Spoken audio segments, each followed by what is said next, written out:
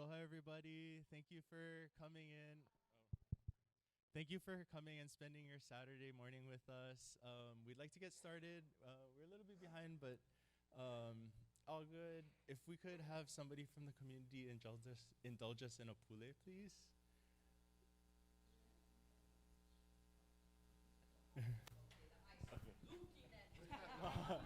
Mahalo, aloha, lani. Thank you. Yeah, okay.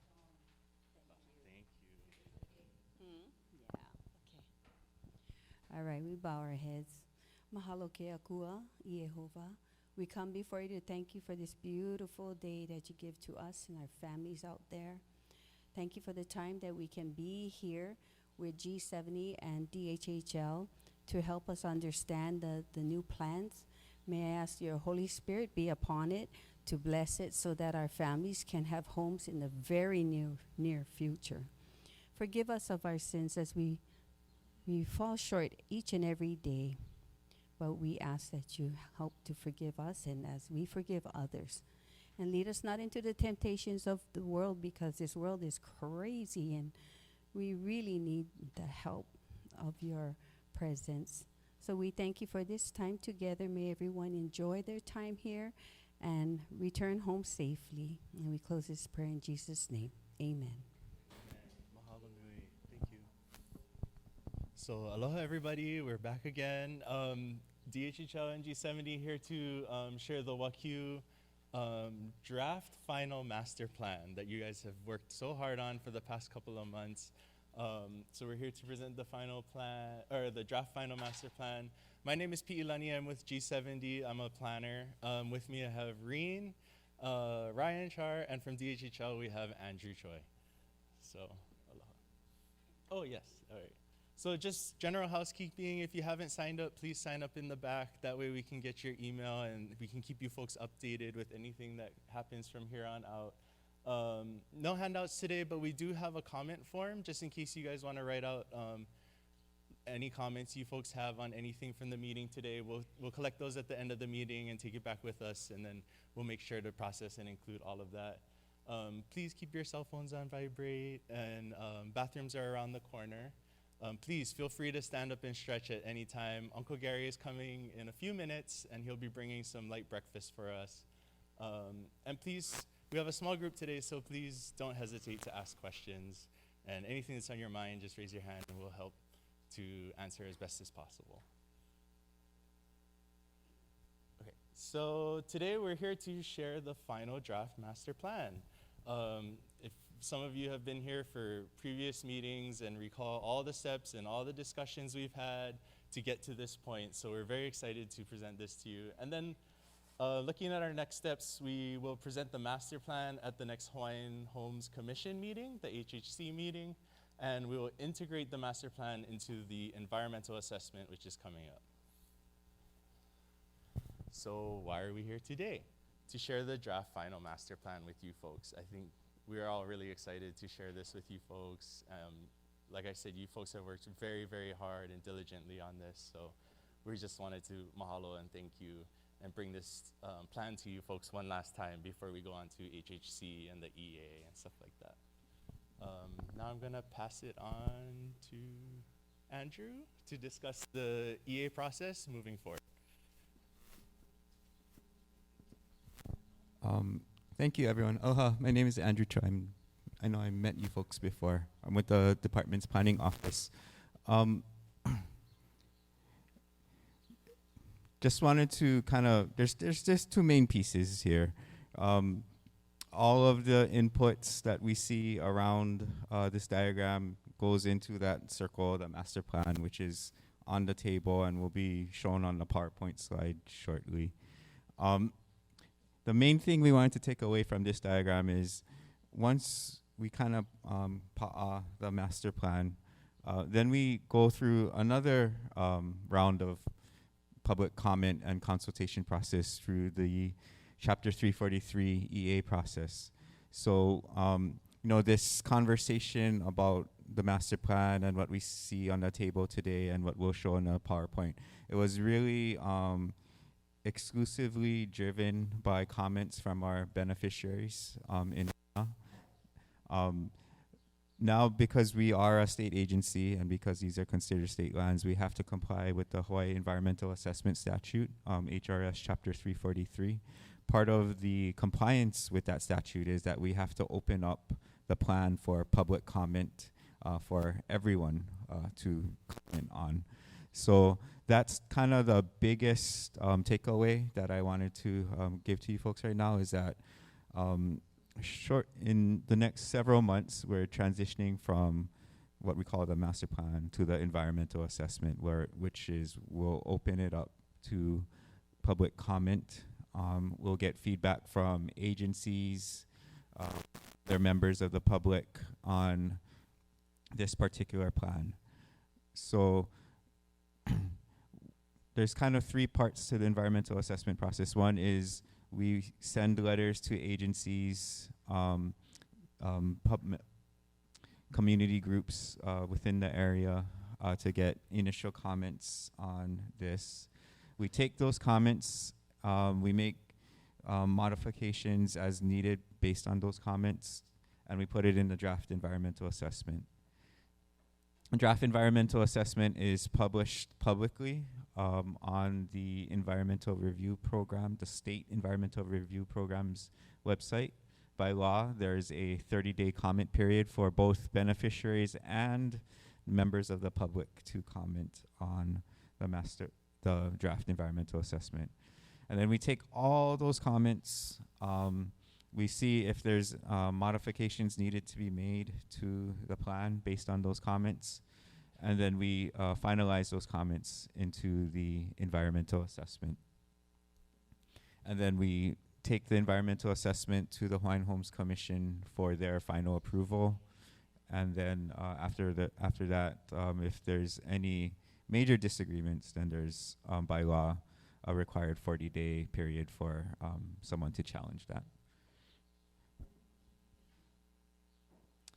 Another thing that we've talked about through this planning process is giving preference for those that have a long history and tie to Hāna, so that the plan we see in front of us serves our Hāna beneficiaries first. So I just wanted to update you folks. We do have an internal draft administrative rules that we're reviewing internally currently. It's what I can say right now is it's based on the concept of a cultural kipuka, and that we recognize that there are certain places like Hāna that are cultural kipuka, that these are communities that have a large Native Hawaiian population, families that have lived here generationally, and that their generational ties and their longevity living in the community give them knowledge and insight on how best to utilize the lands in the place, and that that is critical for successful homesteading, is the knowledge of the place and how to utilize these lands. So that is the language that we're trying to work on internally in terms, and trying to take that concept and translate that to a rule, which is like a statute. So that's the process we're going through right now internally. We hope to take a draft to the commission sometime in the next couple of months. Our rulemaking process, I'll just say this, our rulemaking process will be a separate conversation from the master plan process, because an administrative rule is something that we have to take out statewide and get statewide input on. There are other communities across the Paeaina, Kenai Wailua, on Maui, King's Landing, in Hilo, and on the island of Molokai, who have asked for something similar. So it's the rules for lineal descendants preference is going to be a statewide conversation. We hope to have that conversation in conjunction with going through the EA process for this plan as well. Our rulemaking process requires beneficiary consultation, but it also, because it is a rulemaking process, requires public hearings as well. So there's two opportunities for folks to comment on. Well, actually, I'll take that back. There's three opportunities for folks to comment on. Once we go to the commission meeting, beneficiaries can make comments at the commission meeting, and then we'll go out for beneficiary consultation. Beneficiaries can make comments on the rule language then. And then lastly, during the public hearing process, when that's open to members of the general public as well, beneficiaries can also make input on that. Usually the rulemaking process takes between 18 and 24 months to have all those conversations, and to make sure that the rule is drafted properly. It also requires Attorney General Office, the State Attorney General Office review and consent. So that's just kind of a quick overview of the process that we're going to move into. Right now, I'll turn it over to Rain to kind of go over the main point of today's discussion is our draft master plan. Thank you, Andrew. Good morning, everyone. So nice to see everyone here. I see a lot of familiar faces as you folks have been with us, from the beginning over the past few months, and some new faces as well. So welcome. Again, just a little bit of background so we can sort of reorient ourselves. It's been a couple months since we've last met, but again, there are parcel of this project area that we're looking for here is just Malka of where we are now, and approximately 656 acres of land. So a very big piece of land running from the highway all the way Malka there. Actually, past workshops, were you gonna do this? Okay. You can do it? Okay, I'm less kind of familiar with this one. Maybe I took it over too early.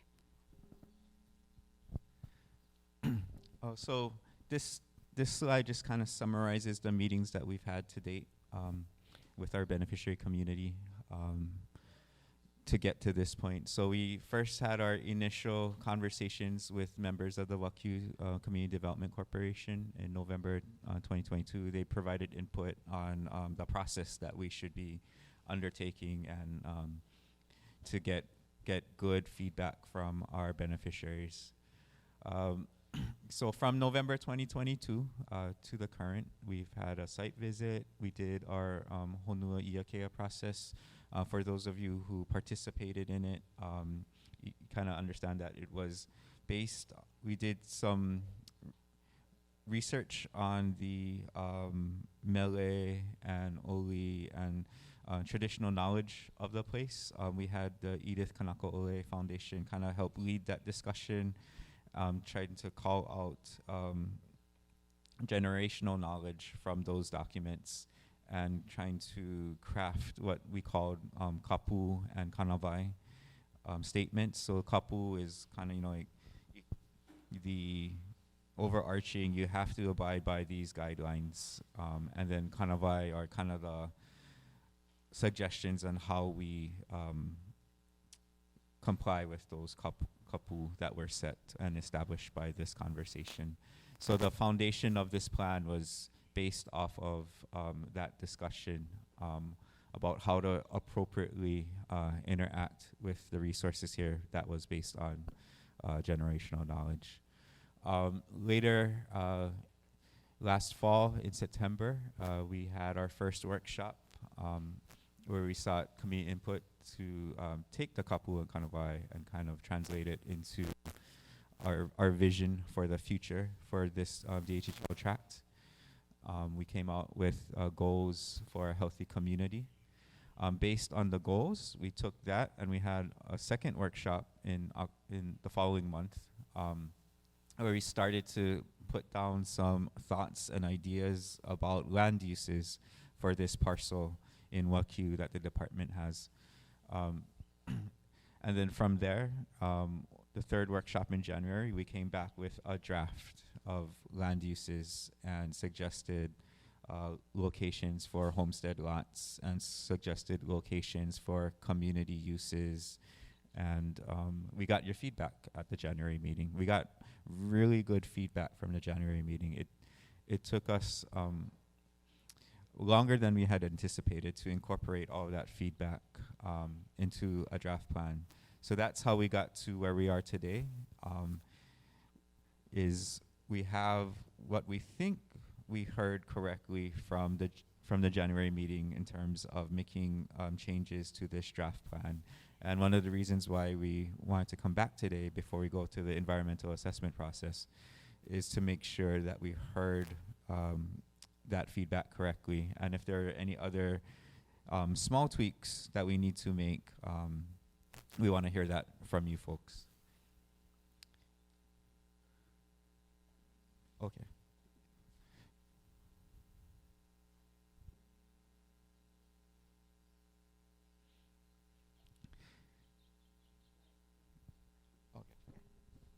Okay.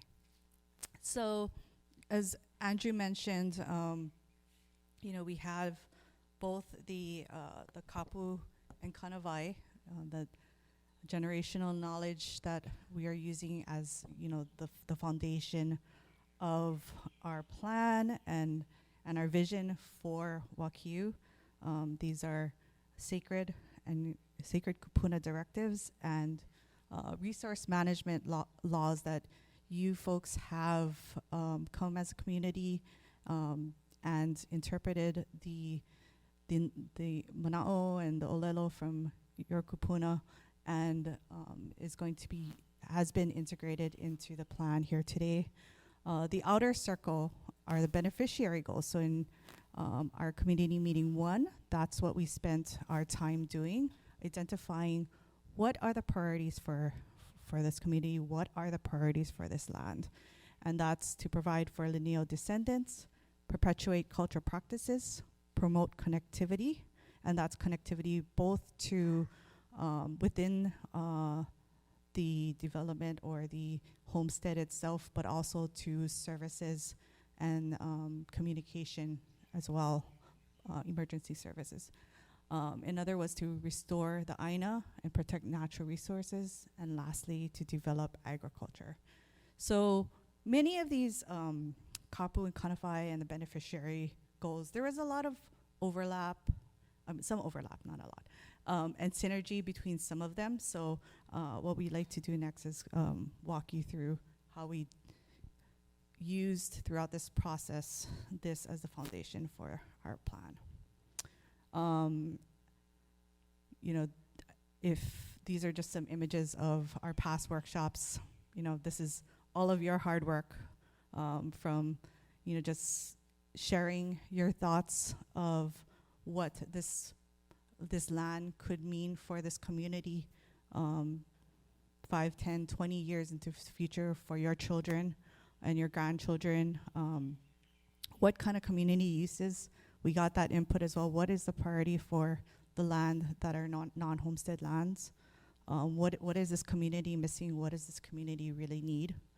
And then we also did a bit of a land planning exercise where, if you remember, everyone kind of huddled around some of the plans, and we were able to utilize and move and locate some of the land uses, both the different homestead uses and the community or non-homestead uses.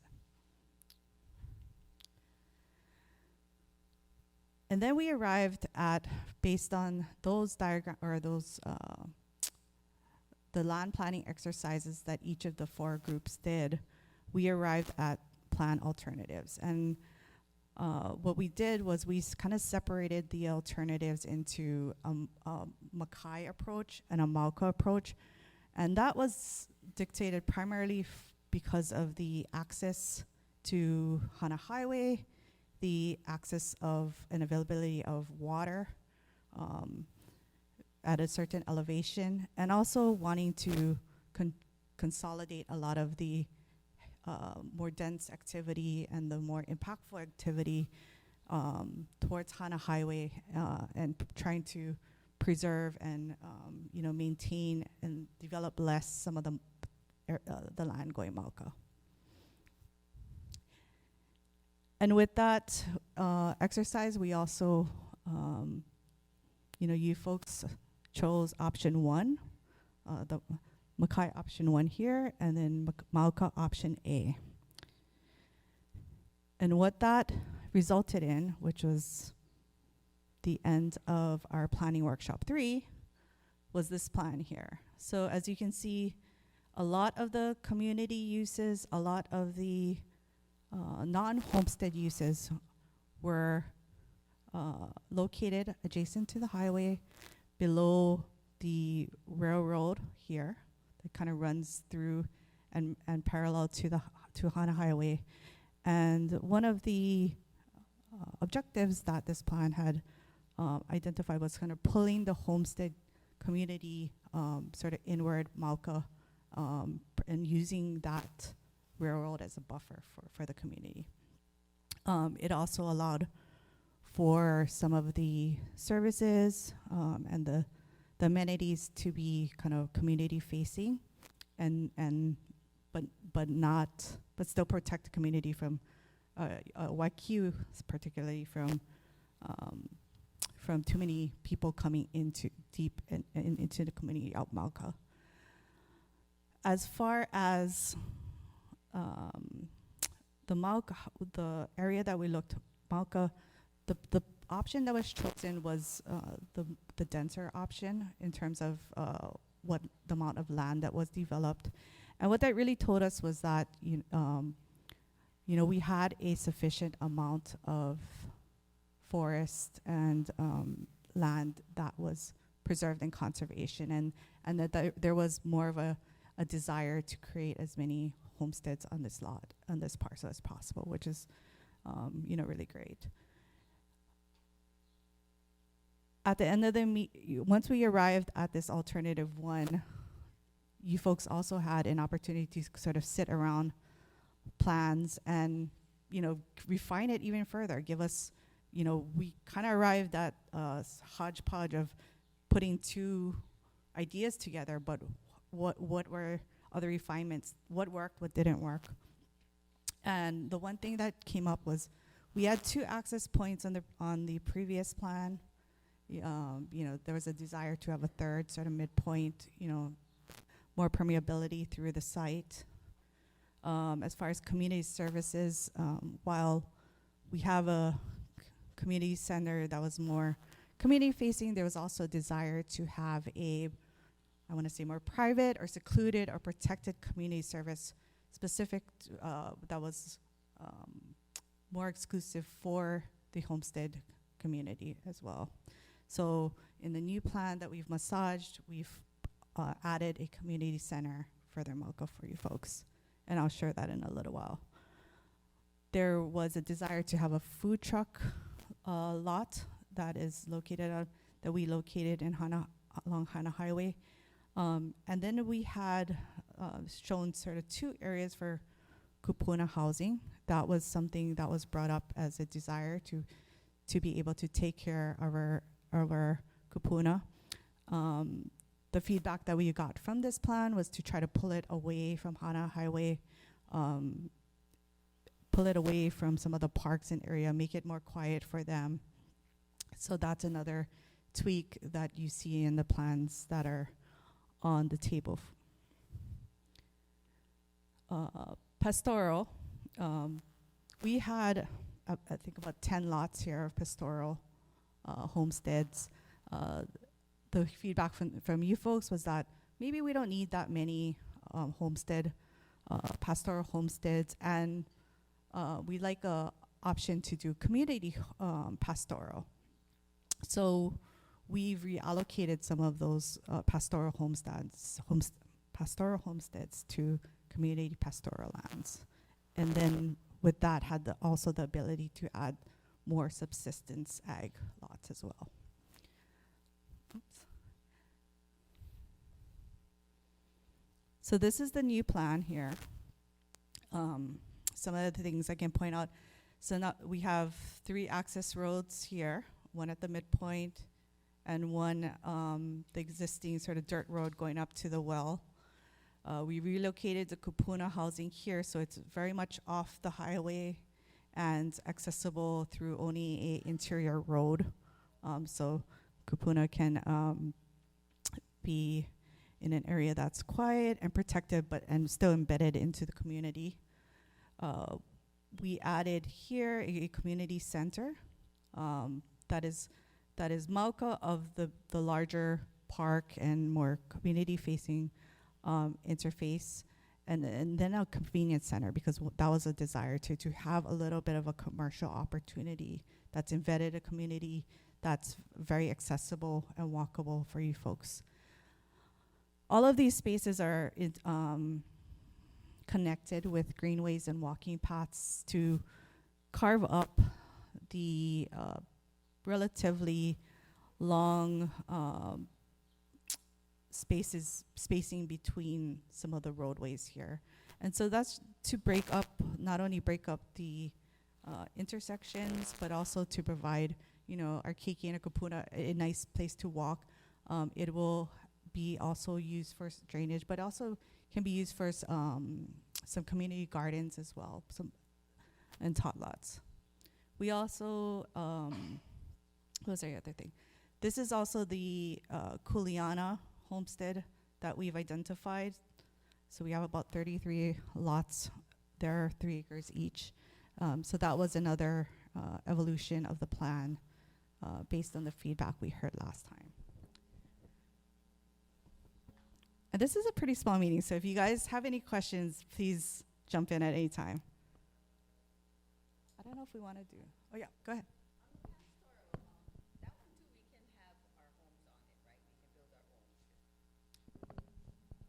So the question is, can we, for the pastoral lots, can we put a home on it? Yes. The answer is yes. Any homestead lot, you can put one residence on it. Yep.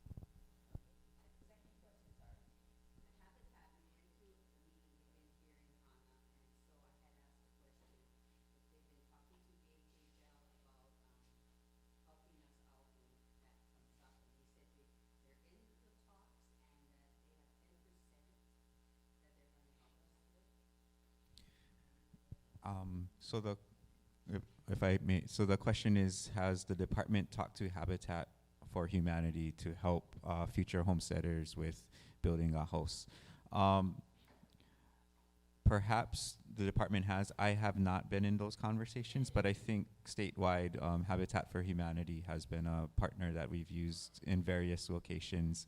I think once we get through the planning process, the environmental process, those conversations can be much more concrete and solid, because we'll be closer to actual implementation. But no, that is a good suggestion that we partner with Habitat for Humanity to make home building more affordable for our beneficiaries. So good suggestion.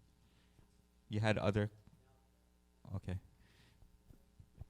Yeah, so feel free to ask questions anytime, because we have an intimate group today, so I'll give it back to you. Do you want to at least maybe offer drinks? Yeah.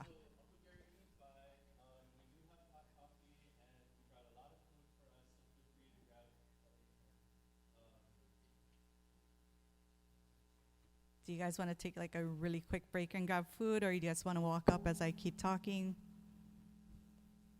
Quick break? Yeah, go for it. Go for it.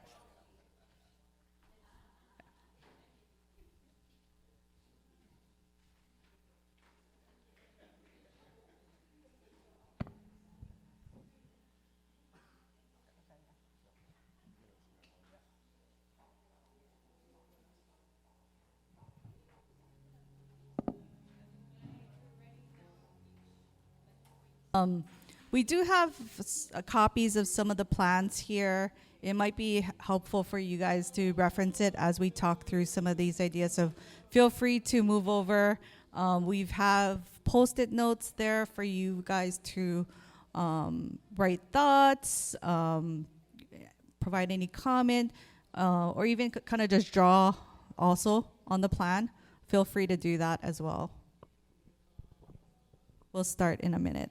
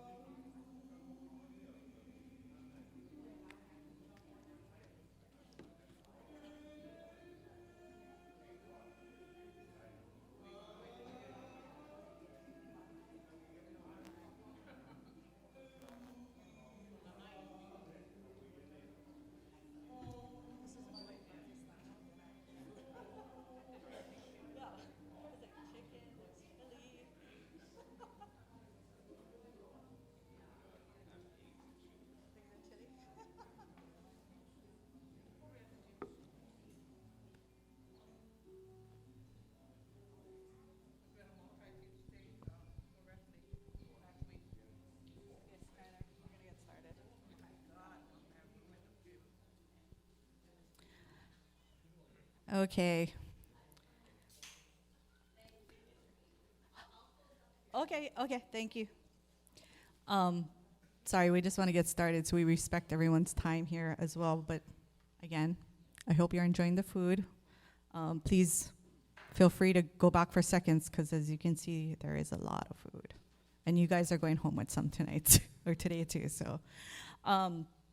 So what I wanted to do was walk you through how we applied, or how you folks actually applied, the kapu and kanawai and beneficiary goals to the plan. So the first piece kind of incorporates 3 of the kapu kanawai and 1 of the beneficiary goals, and the kapu and kapu of kapu kawaihi, kahua, and kapu kawai papa, the kapu hina ie I kinau, and kapu pohakuku. And that aligns very much with the beneficiary goals of restoring the aina and protecting natural resources. The balance of nature, natural growth, and what is man-made was very important to this group. So in the plan, we've tried our best to balance open space. We've tried to not overdevelop, and we started looking at the existing site. As you recall, we looked at, first of all, the native forests. So as you can see, the big sort of green areas here are the hollow forests that our consultants identified on the land. Some of the lighter green areas are kukui that were sort of interspersed throughout the site. And then there was a hala grove that you can see here, just Makai, sandwiched between the railroad and Hāna Highway. Everything else on the site was, a mixed forest, as you know, invasives. So aligned with the kapu kanawai, aligned with the beneficiary goals, is really to restore the land, to get rid of the natives, to restore the land with native forests, with native plants, and that any development should not hinder any seasonal phenomenon. So as I mentioned before, there was really a direction and a intentional design to tread lightly on the land's malka, not to overdevelop that area. with very little grading, very little movement of land. So a lot of the uses and a lot of also the parcel sizes were determined based on that as well.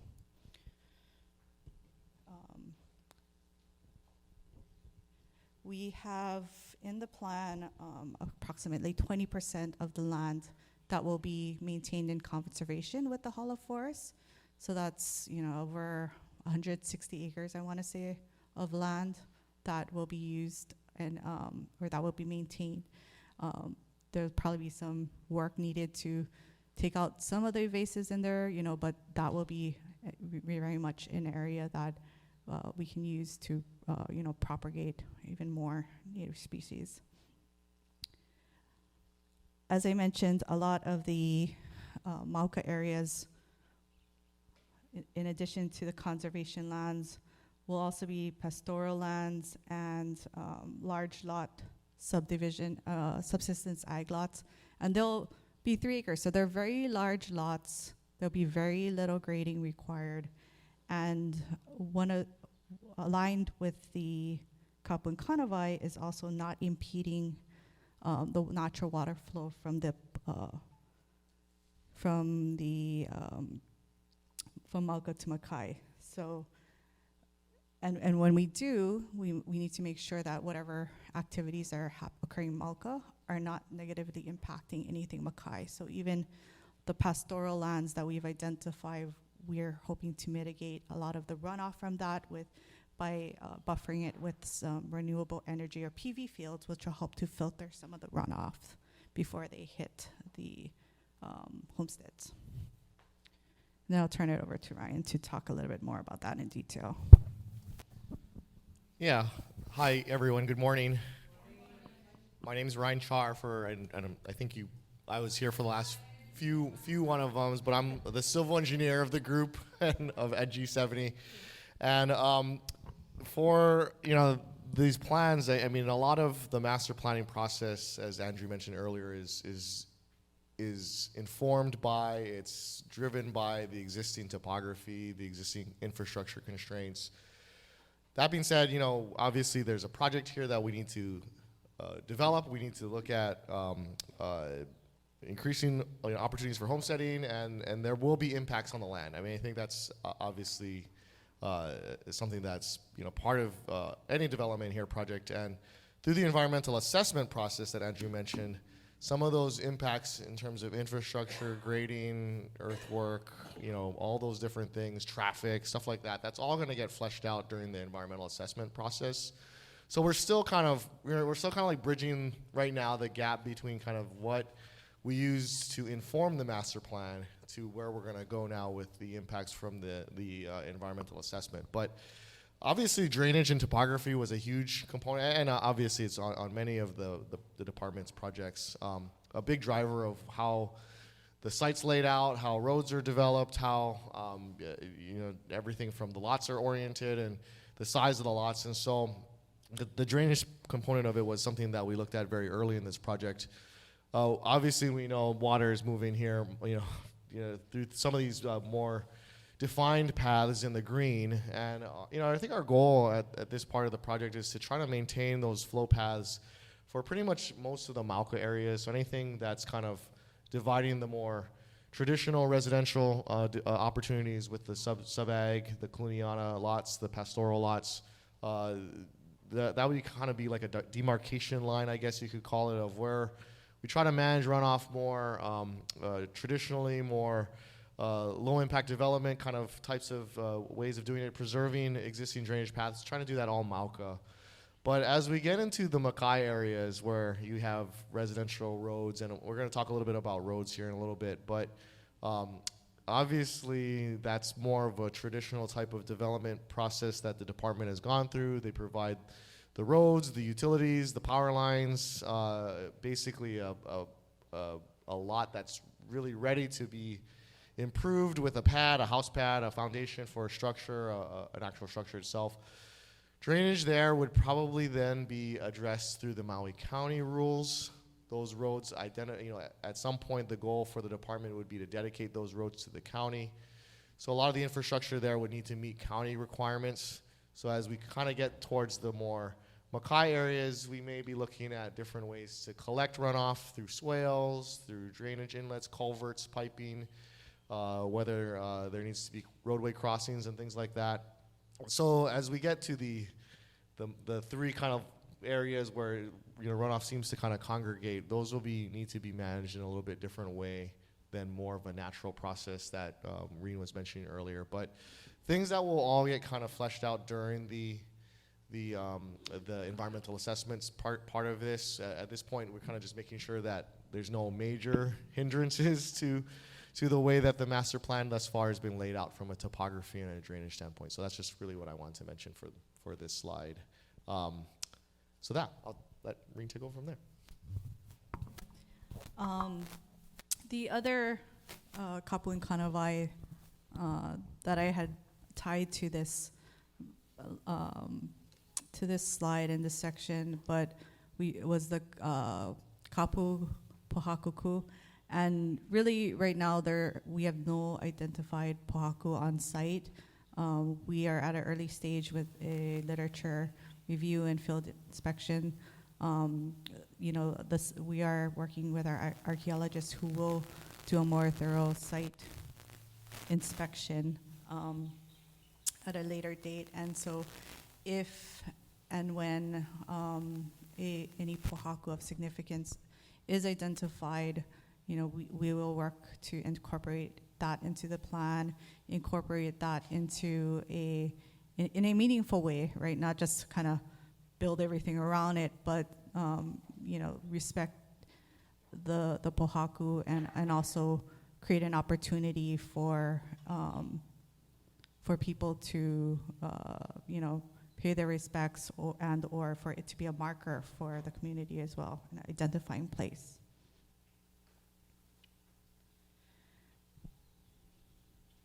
The next kapu and kanawai is kapu hoakale, and that really is tied to genealogy and the passing of knowledge down from generation to generation. And that also is tied to cultural practices. So throughout the plan, we have about 52 acres, I want to say, of community services, which we generally labeled as any parks, any community centers, opportunities for schools, opportunities for community gardens. So there's a very generous amount of this on this plan. 52 acres of the 600 something acres.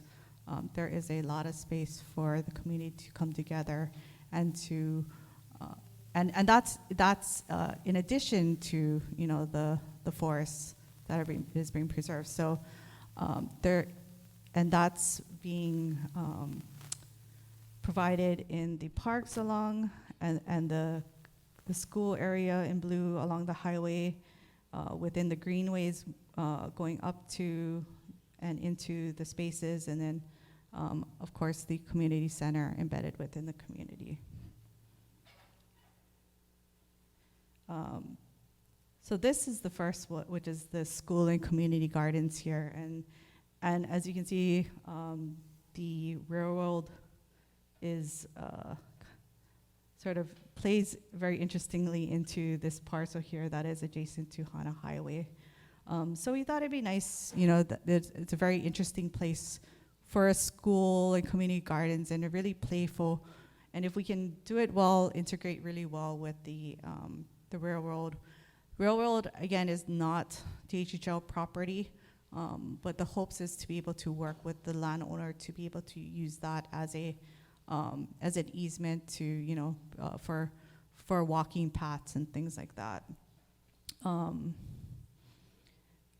should also mention we've also co-located the farmers market here, which will be next to, I didn't put it there, but which will be next to the major park that's adjacent of Hāna Highway.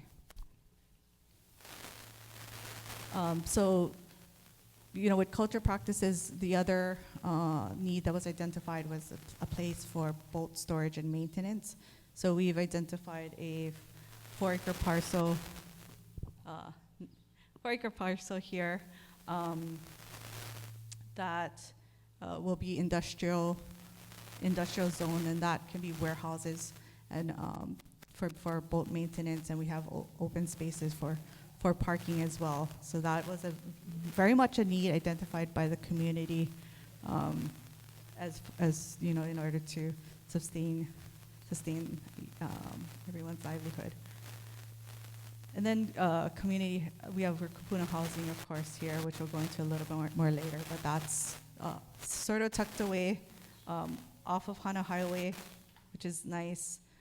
Primarily access to an interior road, but the other nice thing is, you know, there is potentially, if we can make another emergency only access connection, that's just from the facility directly out to Hāna Highway. I think that might be something that we can work with the county and the state to provide. The Mauka Community Center, which is the one that is more embedded into the site. So, you know, we've just, these are all very preliminary plans. We've identified, you know, one area where, you know, people can gather, have baby luau's, have a little bit of a commercial kitchen, and then, you know, a small pool. Also, that was one of the wishes from our last meeting. And then just some tot lots and a basketball court, right? You know, something that is more protected, exclusive to community. You won't have people from the outside, you know. That space can be further Makai, next to the highway. So this is really a space for you folks. And then sort of across of that would be the convenience center that we heard was desired. So that might be, you know, just a Hasegawa store type with some convenience items for you folks.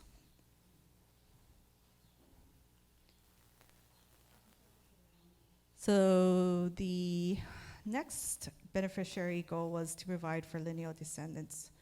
And we talked about homestead land use designations, the different categories, residential, of course, which is typically, you know, either a lot is provided to county standards or the opportunity for Habitat of Humanity to kind of help assist in the building of it, or turnkey delivery from DHHL. Those are, you know, just some of the options for a residential homestead.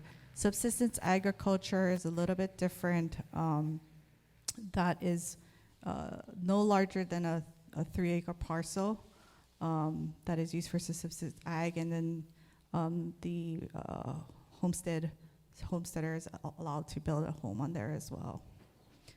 That's the majority of our product here.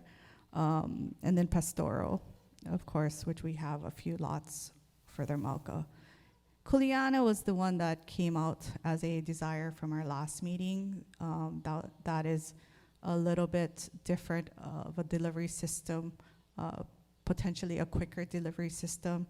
And we've located it in a way which will show you in phasing later that uses some of the existing roads. So, you know, hopefully reducing the time of delivery to you folks without having to wait for a lot of the infrastructure to occur.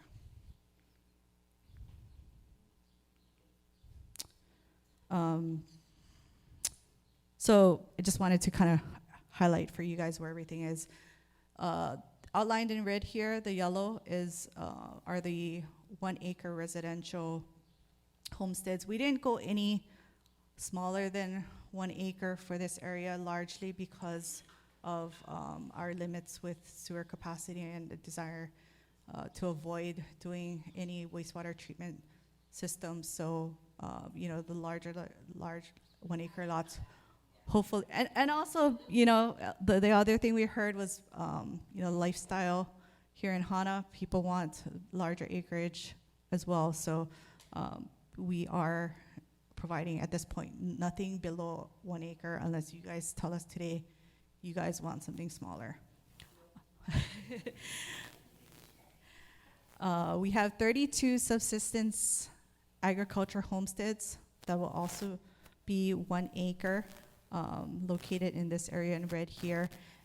The way we, for your information, the way we kind of divvied it up is really because there's a elevation that occurs, and you can barely see it, but it's this blue line here. And really what that elevation is showing is that there's a well here, and anything sort of below that well has enough water pressure to service residential uses. And so anything sort of mauka of that well is potentially something that we would need to use catchment or add additional infrastructure. So that's how we really looked at land planning, the different uses. So there was some rhyme and reason to this. We didn't just throw things on a plan. And then we have 33 subsistence ag homesteads here, which is sort of further mauka. It's kind of surrounding the hollow forest. And I did forget to mention we also have the cemetery sort of tucked in adjacent to the hollow forest as well. So these are 3-acre homesteads, and 33 of them there. And in addition, we have 31 kuleana homesteads. Right now, they're all 3 acres. So if you folks today tell us, hey, we need some 2-acre ones, we need some 1-acre ones, we want to hear that today from you folks. But right now, these will all sort of be in that kuleana category of delivery and, I guess, homeowner management, right? Reed, can I just add that I think for the 3-acre lots, we had some input from the last meeting and prior meetings that some of the land, because we can't obviously walk the whole property, some of the land is quite rough, rocky, uneven. So the 3 acres provides everyone a little bit of extra space. If there's a specific area on a lot that is less desirable or developable, you still have additional area within your 3-acre lot to find a spot that works for you, right? So I think that 3-acre was why. Well, a majority of the ones along the highway are 1 acre. It's a good size. It kind of fits within the wastewater development. Doesn't over densify the area. The 3 acres, as you go more mauka, where the land, the terrain is a little bit rougher, a little bit easier to find a place for you for a homestead. If you were trying to go down to 2 acre, 1 acre, maybe too dense, maybe too hard to find a developable site on your property. So. Yep. Sorry? One dwelling, and I let Andrew add to that. But 1 dwelling, yes. Yes, one dwelling. The department does have administrative rules for a supplemental dwelling unit, but it's one primary unit. You can apply, if you're a lessee, you can apply for a supplemental dwelling unit. What we don't want is like 10 homes on the property.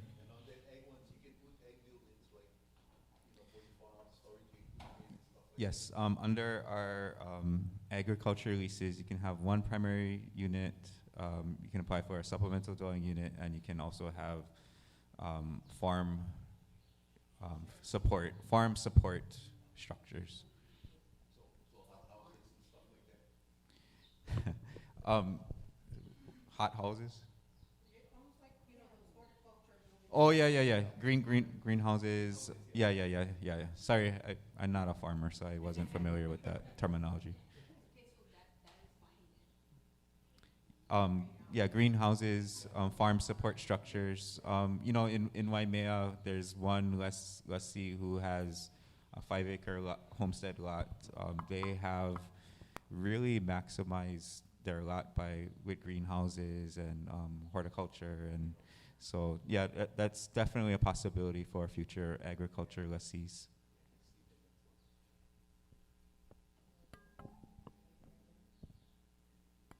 Okay. And then the 4 pastoral homesteads, as I mentioned from our past discussion, I think we had 10 homestead lots, and based on the people that were participating in the meeting, it was identified maybe that we didn't need that many for this area, so we reduced it down to 4, still with a significant community pastoral lot there. But we have, again, 4 pastoral homesteads identified up mauka at about 10 acres. And then we have, as I mentioned, the Kupuna housing here, 30 units, and I'll share a little bit more about that on the next slides. But in total, 178 homesteads. That was an increase from, I want to say, 150 that we had on our previous plan, and that was largely, based on your feedback on, our ability to switch out some of the pastoral lots for sub-ag homesteads, the identification that people wanted to have kuleana parcels, homesteads as well. This was very much a reflection of what we heard from you guys, and of course, love to hear more feedback on what we are sharing today. I think I mentioned this before, but this is, again, the Kupuna housing. So we've kind of situated it where we have, I think the feedback we heard was maybe 30 duplex units, or 30 units, 15 in buildings in a duplex configuration. So, small cottages that are attached, and then maybe a little bit of a community facility, or with some Kupuna daycare services, which is the larger buildings located here. Again, this is very much access primarily through this residential community, so very much tucked away. And then again, the option, because the lot does extend out here to the highway for maybe emergency access or egress. In case there's a need to bring in ambulances, then they can go straight out from that point and not have to circulate through the community. Uh-huh.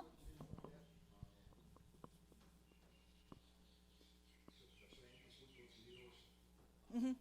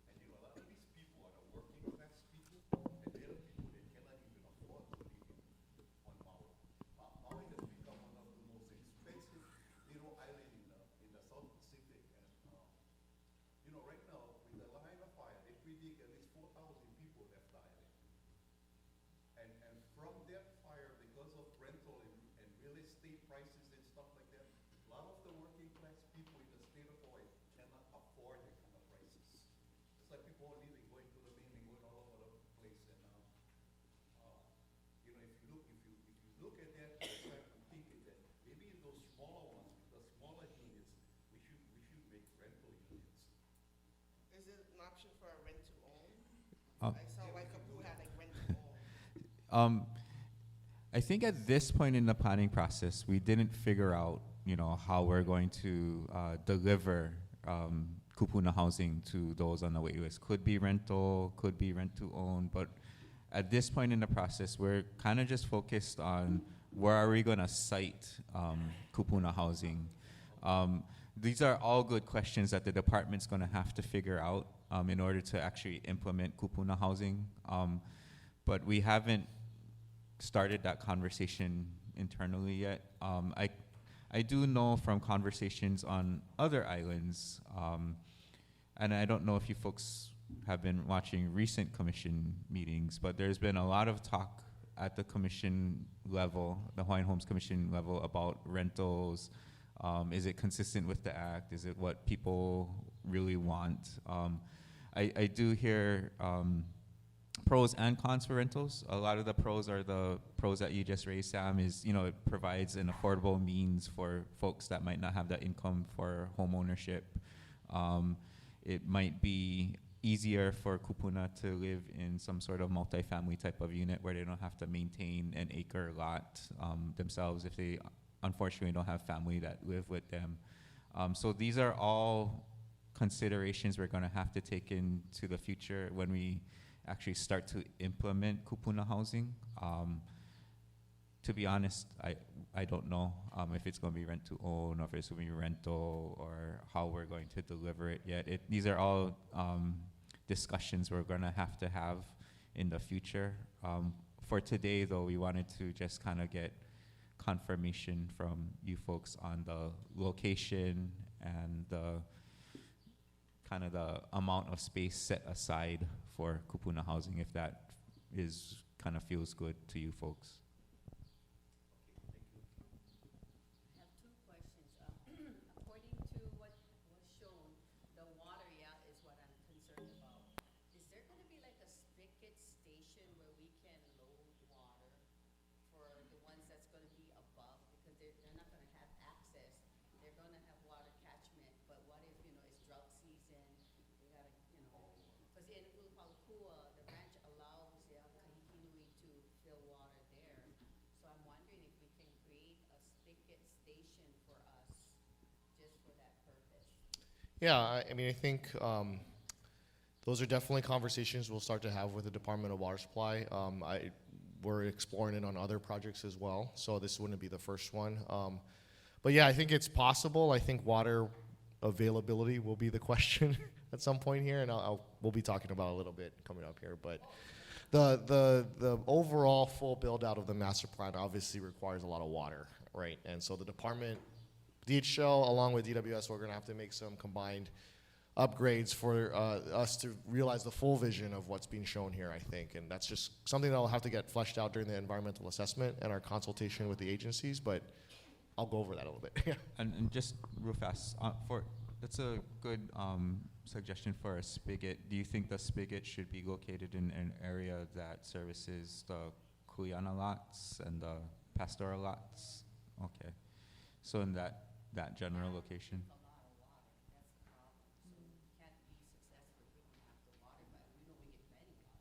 Yeah, so the other spigots that we're working on, and G7 is working on another one right now, but it's located at an elevation further down the tank that is as close to the tank as possible, but as elevation allows. And then I think we sized it to fill up a 500-gallon drum in, like, I can't remember how much time, but less pressure, takes longer. You don't want it to just drip out of the spigot. You want it to come out with some volume. So it depends on, and we're getting a lot technical, but how big are the tanks that people want to fill the spigots with? All that stuff is what you can put on a flatbed truck, or in the back of a pickup truck.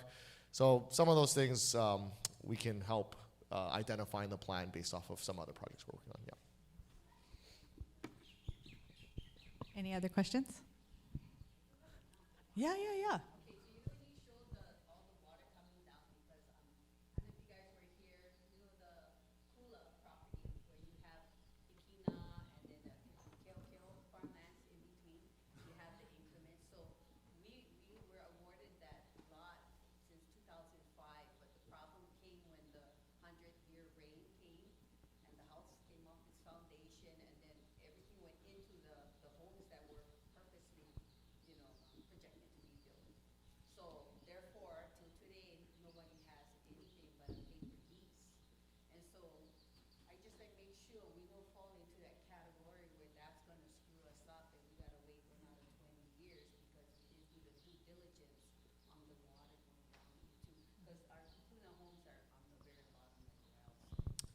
Yeah, so like I mentioned, I think, there's varying levels, I think, of degree of infrastructure that the department has to provide, right? So for Kuleana, it's very little bit. For residential, it's pretty much county standard. So as we get to the kupuna housing area, the residential, all of that will meet county standard. There'll be culverts, and there'll be a location likely for a detention basin or a retention basin and flood control basin and things like that. as the water moves down through the sub-ag and Kuleana lots, I think we're getting a little bit to the implementation side of things, but the department has various levels of degree of how much the department will do to prepare the lot versus how much the resident is expected to do to prepare the lot. Yeah. And then I just wanted to add, when we go through the environmental assessment process for this draft master plan, one of the things that we have to look at is what areas of the property are in the 100-year flood zone, what areas of the property are in the 500-foot flood zone. I don't know if we know that currently, but as we go through the environmental assessment process, we have to delineate those areas and make sure that we properly mitigate not just impact to the future homestead community, but also the surrounding lands as well to minimize any unintended impact. Yeah. Okay. So our next beneficiary goal was to promote connectivity, and the promotion of connectivity that was identified was not only circulation, both vehicular and maybe walkability within the site, but also connectivity to services, to convenience centers, to open spaces, to playgrounds for our children. So just looking at the site, the blue is, of course, Hāna Highway here, and we have, as I mentioned, sort of 3 major roads that are coming off of Hāna Highway. So 3 access points for the community here to get down to Hāna Highway. We have a number of roads both running parallel to Hāna Highway and then further up Mauka to access the subsistence ag lots there and the pastoral lots up Mauka as well. This dash line here, I guess I should mention before, all the solid purple lines will be those that are built to county standards. The dash line that I built, delineated, is within sort of the Kuleana area, so that will likely be built not to county standards, so that's why that one is sort of dashed in there. In addition, we have the railroad kind of running through the site. But it could be an impediment. We really want to be able to use it to an advantage, to be able to circulate through that, to be able to use it as a buffer when we need it, to be able to activate it when possible. So that is also sort of an important means of connecting the community as well. And then we have the greenways that will be running sort of Mauka Makai, connecting some of the homesteads down to the community uses below, so to the parks, to the school. So, people will be able to kind of cut through there rather than walking around to the main roads and intersections. It is a little deceiving at this scale, I will say, because it does seem like, oh, we have a lot of roads here, but you have to remember these are and you guys are probably more used to it than we are, very large parcels. The roads right now are very far apart. So, to the extent we can, we'd like to be able to provide some permeability through the site as well. Yeah, so the roads, like Reed mentioned, would typically be built to county standard for the residential areas, right? So it's hard to see, but the top one shows pretty much basically a 2-lane road, rural standard per the Maui County Code. It has drainage swales on each side, but it's paved. I think that's the key part, right? It's paved. It'll be asphalt paved, and that's something the department has to provide as part of the residential land use delivery. But as you get into more of an agricultural street, as we maybe get to, and I think, we had initially put out like most of the roads will be built to county standard and paved, and some of them for the Kuleana might not be. I think a lot of that's still subject to change, pending the department's budgets and other things. But we recognize that even though the agricultural standard allows for a non-paved road, a gravel road that's very similar to the rural residential road, just not paved, while the code allows for it, It doesn't mean that the maintenance aspects of things, the slope of the land can lead to washouts or erosion, or can cause slippage for cars driving, and it could be a safety concern. A lot of those things the department actually does consider, obviously, and so the roadway design at some point will reflect, I think, a little bit of everything, the department's priorities and the needs of the community, the maintenance aspects of things, what can be dedicated to the county, what can't be dedicated to the county, and then the budget, ultimately, right, the department has to implement these various phases. But I think for our purposes right now, we're kind of thinking in draft that majorities will be paved just because of the slope, the rain, the maintenance aspect of these things. But obviously, to get the cooling on a lots kind of faster, some of that may not be paved at this point. Maybe in the future, but maybe not at this point. And so just giving folks a little bit of idea of roads. Each of the different access points to Hāna Highway will need to get evaluated during the EA process for traffic impacts. DOT has control of the highway, obviously, and so some of that stuff, there may be improvements that may be needed at some of those intersections, but hopefully not, because this is Hāna. But some of those things will get assessed as we move through the project. But I don't, like Reed mentioned, I think the goal was to minimize the number of roads that DHL has to build, to minimize the costs for this project, but still providing the connectivity that the community desires. Okay, so the last beneficiary goal, which is discussed a lot, was to develop agriculture, and this goal was identified to preserve, maintain, and provide opportunities for small-scale subsistence ag and self-sustainability. As I mentioned throughout the plan, there are a number of community gardens that we've identified, not only in the areas adjacent to the highway, interspersed between the rail lines, but also in the greenways as well. So, very much, I think one of the questions is, where can we provide playgrounds for our children? Anywhere in sort of the green areas identified on the plan are opportunities to integrate community gardens, to integrate tot lots, to integrate some small play areas. It is really providing space at this point in time for those opportunities to occur as the community evolves and as this plan gets implemented.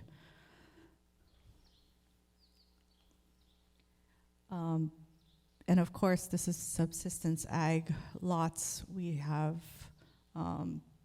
almost 100 of them right now, right? So maybe like 66 or so as 3-acre lots, and another 32 lots and 1-acre lots.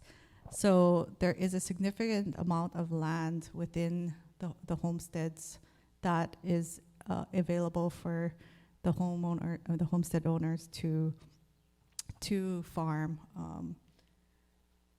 And even with the 1 acre, this is just a diagram showing what the potential for a 1-acre lot to provide. This is a 1,800 square foot residence here.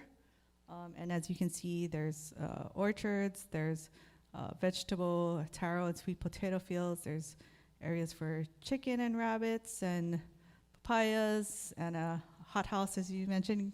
So, even on a 1-acre lot, it may seem small on the paper compared to the 3-acre lots, but there's a lot that can be done on a 1-acre lot. So, really a potential for all of the homesteads in the plan, all of the 178 acres to provide subsistence farming for their ohana, which is great. So this is really just more of an illustrative version of our master plan. It kind of shows, I showed snippets throughout the presentation of what a layout for a school and community gardens would look like, a park, a more community-facing park would look like. There is a bit of a commercial center there, a few acres provided for that kind of opportunities as well for services. Again, the industrial area where we have boat maintenance and storage, and then the kapuna housing as well. So this kind of gives you a sort of big picture plan of showing building footprints and kind of giving you a little bit of scale of what can fit on all of the parcels that we've identified. And we, of course, will be opening this up for more conversation about this, because I'm sure you guys are just thinking of more ideas and seeing things as we're presenting this to you of things that you could refine. And that's what we want to hear today. This diagram is more of a iteration of the plan. This is how potentially it would be translated to the official DHHL land uses, the non-homestead uses, and the homestead uses. So this is more just for your information. And when you see a plan that looks more like this, it's just a more generic zoning type of diagram. Then I'll pass it over to Ryan for infrastructure. Yeah, and I'll go through this quickly because it's infrastructure. But we're looking forward, obviously, to the environmental assessment process, consulting with the various agencies, DWS. We've already tried to reach out to DWS on multiple occasions, but you can imagine that they're pretty busy. But just to give you an idea, the blue lines that are dashed are the Department of Water Supply's existing water system. They've got 2 well sites, and I got a 500,000 gallon tank up Mauka, which feeds this area.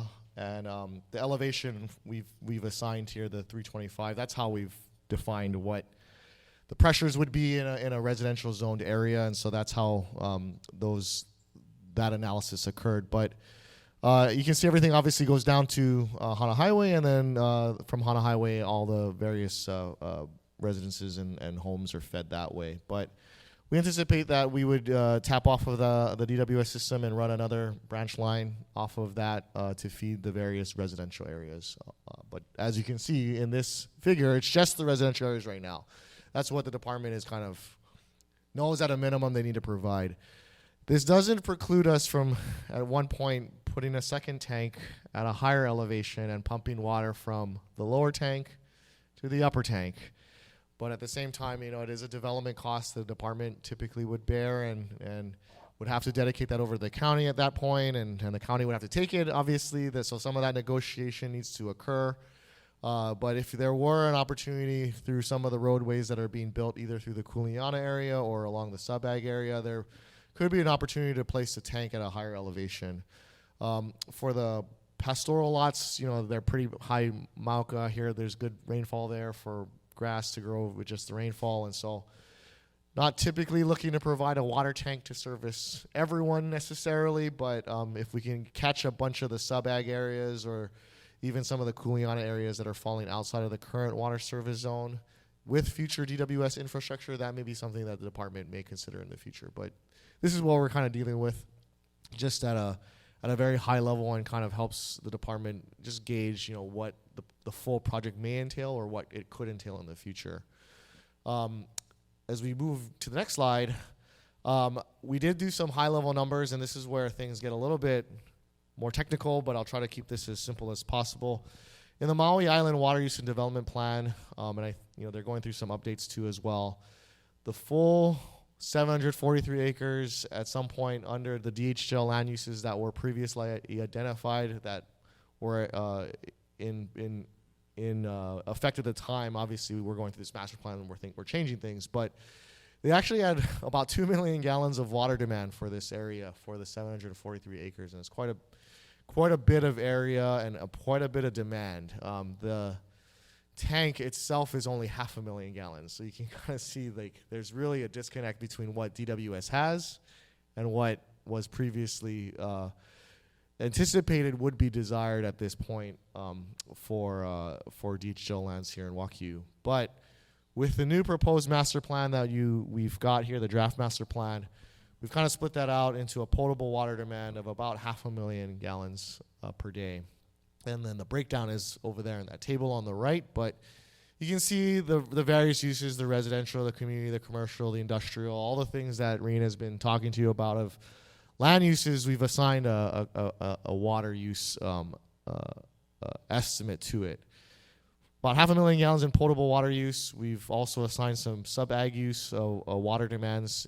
A lot of this may rely on catchment or rainfall, so we're not going to be looking for necessarily water supply from Department of Water Service for non-potable uses, but you can see another 317,000 gallons a day estimated for non-potable use to get you a total of 808. And that comes down from that 2 million gallons that was, like I mentioned earlier, in the 2019 plan. I think what's critical here is that you can see on the table on the right in the blue, within the DWS service zone, which is the residential, the community, the commercial, the industrial, all things that we would anticipate being serviced by potable water, the total demand is only about 259,000 with the full build out. So still a lot, still something that we're going to have to run by the Department of Water Supply. But when you think about the tank size at 500,000 gallons, we're a lot closer than we were with what was originally projected at the 2 million gallons a day. So some of these things we're going to be working for. I just wanted to give everyone a heads up that I think the main point is that Department of Water Supply is going to have to figure out what it can serve, maybe in a phased approach, what it can serve, and then what would be needed to ultimately serve the full build out of the master plan as identified. The one other thing, if you can go to the next slide, is that the department obviously has fire water protection requirements as well. And there's a whole manual about how reservoirs and tanks are sized with the Department of Water Supply. They ask you to size it typically for 3/4 of maximum day demand plus your fire flow demand. Your fire flow here, our most conservative estimate would be the industrial, so 300,000 gallons. You add that 300,000 gallons, you add the maximum day demand, you can see we're already exceeding what DWS has in that 500,000 total, right? And so there's going to have to be some level of improvements. What and how we phase it and when the DWS system comes online, I think is open for discussion. But this is kind of what we're projecting for a full build-out water use kind of requirement. Not going to really talk about sewer so much here. I think everyone recognizes that everyone's going to be on DOH-approved individual wastewater systems for the most part. But next slide. So I think this is a good segue into phasing and how maybe some of the infrastructure may define some of the phasing, but at the same time also the infrastructure costs, the roadway costs, the land disturbance requirements, the land award process. I think we've tried to come up with a potential phasing plan, and this is obviously very, very draft. But want to just maybe give some folks an idea of how this may play out. I'm not saying it will play out this way, but having done several of these projects for the department, how we see it could play out. So you can see a phase one here. It's kind of split into two. Phase 1A, though, would be the Kuleana lots, right? And that's obviously the fastest to award. But you can see we're using a roadway that already exists, right? It's following the water tank road, comes up and passes the water tank, obviously kind of makes a little S-curve here.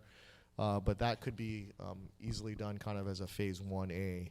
I think concurrently, while that process of developing that project and getting the roadways prepared for Kuleana award, the Phase 1B could be worked on, and that's the kind of the first residential component.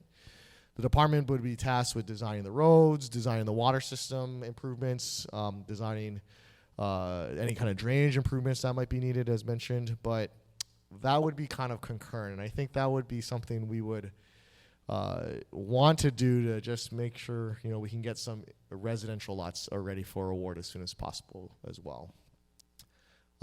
As the project kind of moves forward and gets some momentum, maybe we're thinking about as Phase 2, the rest of the sub-ag and the pastoral lots. Could that be part of Phase 1B? Probably. I mean, there's a lot of different permutations you can see, but I think we're also trying to make sure Andrew can break this off into sustainable chunks with the department and getting funds available and all those other things. So try to split up some of the areas here into phases. But could Phase 1B and 2 flip? Absolutely. I don't think there's a reason why one or the other necessarily has to go first. But obviously, I think if the priority is some level of residential lots with a faster award, maybe that goes into phase 1B. That's was some of the thinking behind it. Phase 3 then kind of moves into the more, I want to say it's the more funding intensive, kind of agreement intensive uses, but the community uses, getting, you know, your funds, your grants, your operations agreements together for a park, getting it together for your commercial areas. I think the process is kind of all starting now, but maybe until the implementation phase, maybe a third phase might be a good spot for it. And then obviously the fourth phase would be really the bigger non-homestead uses, the community kind of charter school potential area, the industrial area, and then the kupuna housing is obviously there's a lot of still ongoing discussions about how kupuna housing may kind of play out. But again, whether if any of those non-homestead uses become priorities and they need to move up in phases, that's all possible too. It is just a real high level kind of, if we were to kind of split this up, this is maybe how we could see this project being implemented. So with that, I hope that helps maybe with some context, but again, this is all very draft, very subject to change. Yes, question? Yeah. Yeah, I think we were, sure, I think for me, I was thinking somewhere in the PV area, because you could just carve out a little piece and it doesn't really affect anyone, but yeah, no, we definitely can like identify a potential future water tank site and then put that into the plan. Yeah. So I'm gonna pass it off to Andrew, and we'll just kind of wrap up our presentation here with timeline. I can run through this, but I just want to. We just went through a lot of information on phasing and water demand, and I just want to make sure that you folks didn't have any questions on phasing or water demand. But if not, so the first line is today. We're presenting this draft final master plan. I know the turnout today isn't as good as we had previously because of other extenuating circumstances with Ohana in Hāna. I think what we will do is we'll put a copy of this presentation on our website. And if it's not too much trouble for Group 70, I think we can record audio. I mean, we can record a PowerPoint presentation that we gave today, put that video on the website so that folks can watch and listen, because we are at a critical juncture in the planning process. We want to make sure that folks are on board with this plan before we go out publicly for consultation and everything. So I think what we can do is put the presentation online, just do a quick audio record of the presentation that we gave so that folks that weren't able to make it today can watch it online at their own time. We'll probably let folks ask us questions probably to the middle of May. But in the meantime, we wanted to start to contact the agencies, the Department of Water Supply, other agencies that we'll need to partner with in order to implement this plan. So in May, we're going to start our what we call early consultation period, which is we're going to send out a letter to each agencies. We'll probably attach this draft plan to it, just to say this is our initial thoughts on what the department, along with its beneficiaries, want to see for its lands out in Hāna. Please give us your comments on issues or opportunities that this might pose to your particular agency. So during May, June, July, summer, that's what we'll be doing, is we'll be sending out letters to agencies, getting their feedback from them, having potential follow-up conversations with those agencies. We hope to have a draft environmental assessment by November. So during the next several months, like I said, we'll be consulting with the agencies via letter, and then we'll take all of those comments, put it into a draft environmental assessment, and then publish in December. And then, like I said earlier, there's a 30-day comment period for the draft environmental assessment for agencies to give us their comments. Depending on the level of comments we get back from the agencies, we hope to have a final environmental assessment and a final plan in March 2025. So just to make a note, we might get comments back from agencies that might warrant us to make some modifications to the plan that you see in front of us. So when we say draft final, what we mean is, yeah, this is kind of the general concept that we'll be sending out, but we might have to make some tweaks depending on the types of comments we get back during the environmental assessment.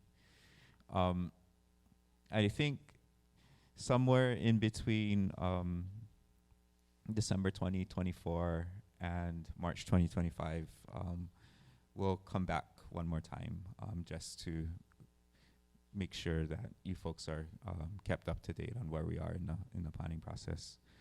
And then our goal is April 2025 for the final environmental assessment. So that takes us to the end of the planning process. What needs to happen after the planning process to actually realize homesteading is we will have to do design and engineering. So like planners are engineers that are bad at math. So we do approximate, we do conceptual. The engineers will take it a step further. They will actually, like the lots will be this big. The road will be this many inches, like down to the inch, right? So that's the next phase is once we are finished with the planning process and finished with our conceptual ideas and our approximations, we turn it over to the engineers who will start to actually do the defined engineering drawings that will lead to construction plans and actual implementation. That phase, though, the department will need to advocate for funding. At the legislature, advocate for federal funding. We will need to look for funding. That is where we appreciate help from our beneficiaries, talking to elected officials about the need to give the department funding for the future implementation steps, design and engineering, and then eventual construction. So after engineering work is done, then it's construction. And then after construction is PAL, or sometime during the construction period, the department will start the award process. So the award process is when we start to notify lessees on, hey, we have homestead lots available. We want to start to make awards.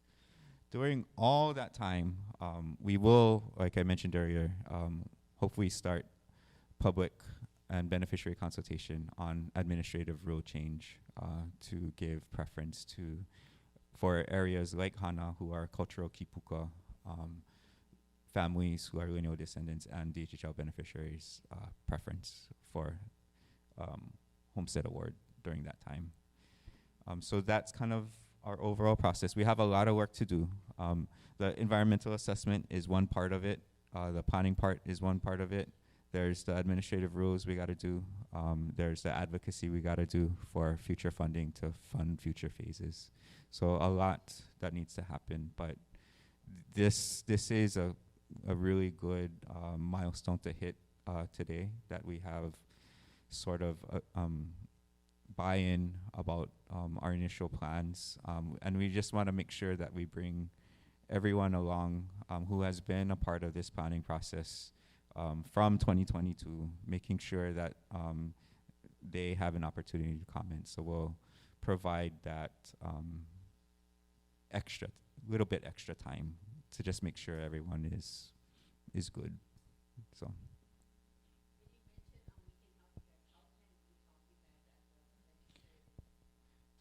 Good question. I think once we start to publish the draft environmental assessment and the final environmental assessment, that's something easy to point to the legislature, say, hey, take a look at this document. We are very supportive of the implementation of this plan. We understand based off of this plan, it might cost X amount of money. Please do what you can to work with your other legislators to give the department money. On the flip side, the department, through this current administration, is starting to be very active at looking for federal funds. So we are actively looking at other resources to help with the implementation of the Hawaiian Homes Commission Act. We know that the legislature is rightfully prioritizing the recovery of Lahaina right now. So the conversation with them over the next couple of years might not be as fruitful as it was the last couple of years, where they gave us 600 million. We might not get 600 million in the next couple of years because of the recovery that needs to happen on the other side of this island. But having the conversation with the legislature on a continuous basis and making sure that they don't forget the needs of our beneficiaries is helpful. It's in my experience, it's not just one conversation, it's conversations over time in a respectful manner, and that tends to help. I think that's how the department got 600 million 2 years ago, is we've consistently been telling the legislature we need funds to help move our program forward. When funds were available, they did listen to us, and they did give us the funding that is needed. But just continual conversations with your legislature, knowing who your legislators are, and that also includes the congressional delegation as well. We have had very, very productive conversations with our congressional delegation, and they have been very active in asking us, department, what do you need? We'll try to put it in the congressional budget for you. So it's been a very productive conversation with them as well. So we really appreciate their support of the department. Yep. Yeah, so just wanted to let you folks know, this is the timeline just for the environmental assessment. And there is future work ahead of that, and during this time that we'll be doing as well.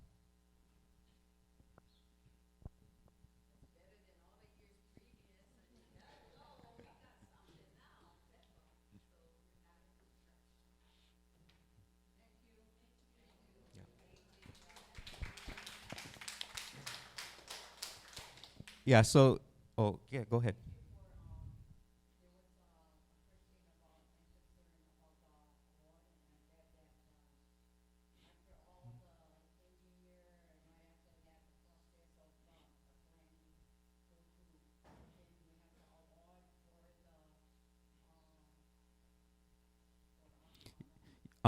Yeah, so we'll definitely be in touch when we start the conversation on the lineal descendant preference. Hopefully, yeah.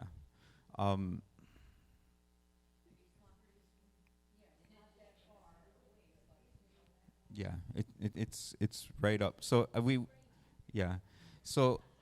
the department hopes to bring, or at least get the commission's approval to start the beneficiary.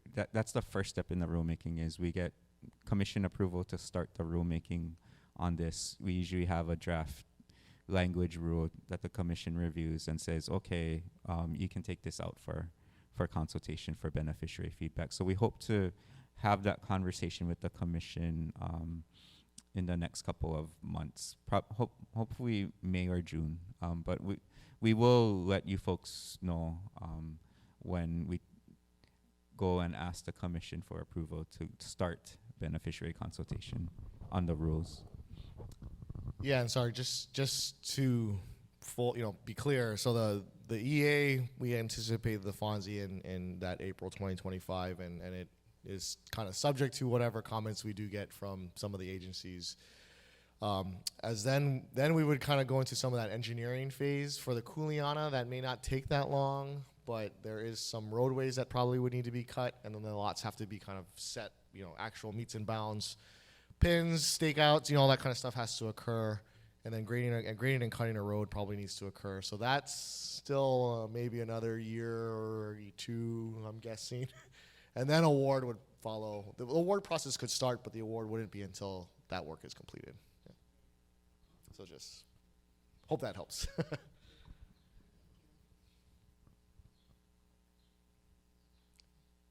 And so, two things. One, most importantly, please take food. We cannot take it back with us. And then secondly, for those of you who have ohana or friends and family that wanted to be here today but couldn't be able to make it, we will send out an email saying, these materials are posted on the website with the presentation, with the audio recording, so that they have the context of what was discussed today. And then if they have any questions, they can contact us. Probably by like beginning or middle of May, and then yeah.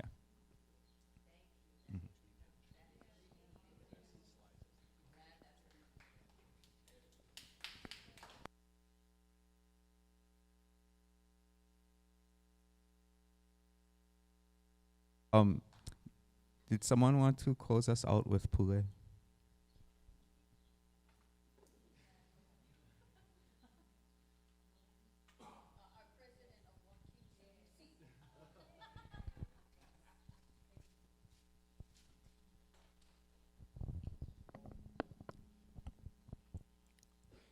Our Heavenly Father, I come before you with your Holy Spirit among each and every one of us today. Not everyone has been present, but we know that they will hear all what the planning of our Hawaiian homestead, Wākiu, in Hāna, that was processed all this journey of last year and the year before, after, and now. And we thank you, Lord, mostly that you have helped G70 do their job and come to Hāna and meet us community. That's so important to us in Hāna, especially because you are so important to us. And also, we thank you, Lord Jesus Christ, for giving us the mana'o for our Wākiu members, our board members, and those who have supported us and our family, and that we have had asked you so many things that you have planned and prepared for each and every one of us. As you have taught us this beautiful prayer, our Father, will you please say after or with me, our Father, who art in heaven, hallowed be thy name. Thy kingdom come, thy will be done, on earth as it is in heaven. Give us this day our daily bread, as we forgive those who trespass against us, and lead us not into temptation, and deliver us from evil. Amen. For thine is the kingdom and the power and the glory. Amen.